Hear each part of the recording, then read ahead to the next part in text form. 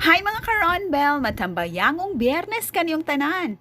This is especially for breastfeeding mom or gusto magpa-breastfeed nga mama. Makadaghan gini siya gatas. Proven and tested gini sa akong mama o sa akong maigsuon sa una kato nagpatutoy sila.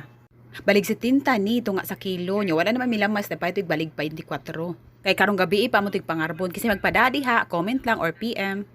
Clam shell na siya, yung scientific name Kodakia tigerina. Ang uban nga inani nga klase nga shell kay 1 year ang lifespan niya, ang uban pod kay up to 500 years. Ang pinakadako nga clam kay motimbang siya 200 kilograms. According to Michael Joseph, puno na siya sa beneficial vitamins and minerals. Most nutritious foods in the world kuno ni siya. Yan na gani siya exceptional range of nutrients.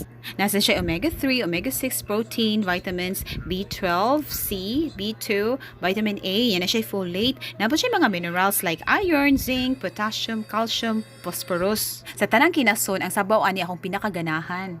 Lahigid para nako basta ang sudan ay sabaw kay makaabdik, diba? Labi na init ang sabaw niya ni hanghang gamay. Sus! So this is our way of celebrating Friday, TGIF! Happy clam shell lunch everyone! Mao kini Ronbel Gums!